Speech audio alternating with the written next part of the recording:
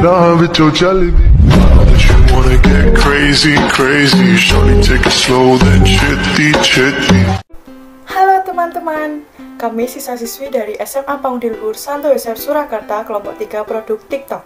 Perkenalkan, nama saya Clara Delista Kusma Putri. Di sini saya ditemani oleh 3 orang teman saya, ada Yiska, Daniel, dan Dimas. Hai, perkenalkan nama aku Yiska Kristiana dari 12 MIPA 1 absen 33. Hai, halo, perkenalkan nama aku MB Yanto Daniel Pamungkas dari kelas 12 IPS 3 nomor absen 7. Nama aku Michael Dimas Patoja, kelas 12 IPA 1 nomor absen 18. Di sini kami akan membahas peran generasi Z dalam menghadapi kemiskinan di masa pandemi. Stay tune terus ya. Nah teman-teman, kalian tahu nggak sih masalah apa yang masih dihadapi Indonesia sampai saat ini? Kalau setauku sih, masalah yang masih dihadapi dan belum bisa terselesaikan sampai saat ini adalah tingginya angka pengangguran yang menyebabkan angka kemiskinan juga meningkat. Betul sekali, pengangguran sangat mempengaruhi angka kemiskinan, apalagi di masa pandemi ini. Banyak orang yang terkena PHK akibat dari pandemi COVID ini. Namun menurutku, kurangnya lapangan pekerjaan di Indonesia juga mempengaruhi banyaknya pengangguran dan meningkatnya angka kemiskinan di Indonesia. Mungkin kemiskinan sampai saat ini belum bisa teratasi karena kurangnya perhatian dari pemerintah. Kalau begitu, apakah ada hal yang bisa kita lakukan sebagai generasi Z untuk mengatasi masalah ini? Ada dong, kita sebagai generasi Z sebetulnya bisa membantu mengatasi permasalahan ini, yaitu dengan cara mengasah keterampilan kita dalam berwirausaha dengan dapat menciptakan lapangan pekerjaan bagi orang-orang di sekitar kita. Seperti contohnya di masa pandemi ini, salah satu cara yang tepat untuk memulainya yaitu mencoba berdagang atau berjualan online. Apabila usaha tersebut berkembang secara pesat, maka otomatis dampak yang sangat positif bagi kehidupan kita serta orang-orang di sekitar kita, karena dapat menciptakan lapangan pekerjaan yang baru bagi mereka. Yaps, bener banget. Semenjak pandemi melanda, angka kemiskinan di Indonesia menunjukkan kenaikan yang signifikan.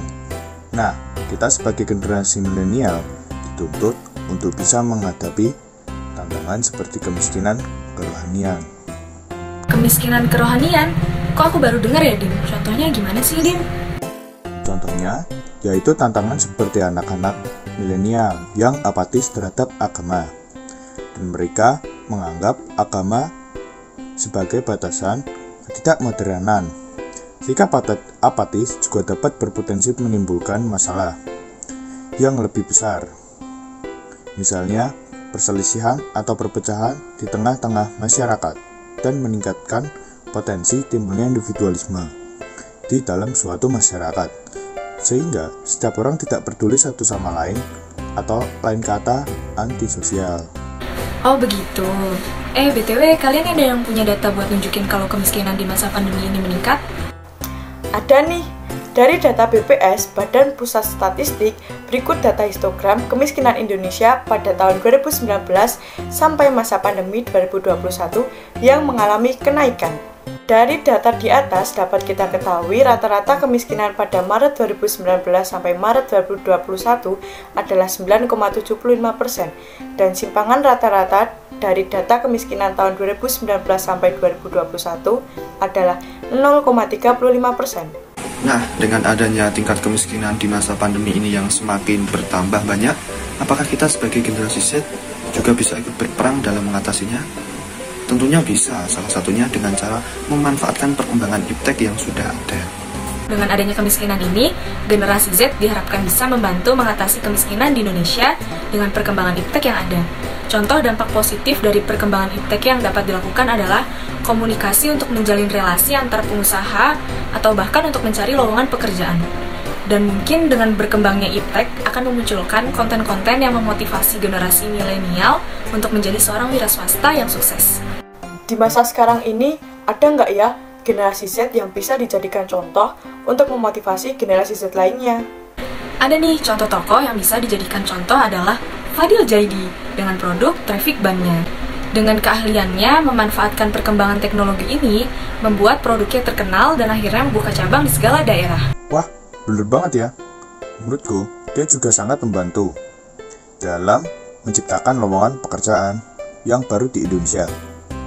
Hal ini juga jelas sangat membantu mengurangi jumlah pengangguran di Indonesia.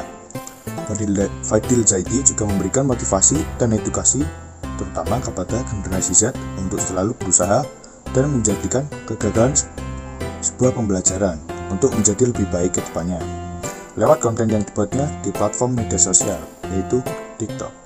Wah, ternyata perkembangan iptek sangat membantu ya. Namun di sisi lain kita sebagai generasi Z juga harus bijaksana dalam memanfaatkan perkembangan iptek yang sudah ada supaya tidak terlena dan terjerumus ke hal-hal yang salah. Kita harus memiliki sikap yang selektif. Misalnya di tengah pandemi seperti ini, kita didesak oleh kebutuhan hidup kita supaya terpenuhi. Dan di dunia ini kita hanya memiliki dua pilihan hidup ketika pandemi, yaitu melakukan pinjol yang ilegal yang malah bukan membantu kita tetapi menjerumuskan kita ke masalah yang lebih sulit, atau dengan melakukan pinjaman online secara resmi yang lebih memudahkan kita untuk memenuhi kebutuhan hidup kita. Kalau aku sih, mending yang resmi aja ya. Karena kita tidak tahu apa dampak terbesar yang akan terjadi jika ikut pinjol.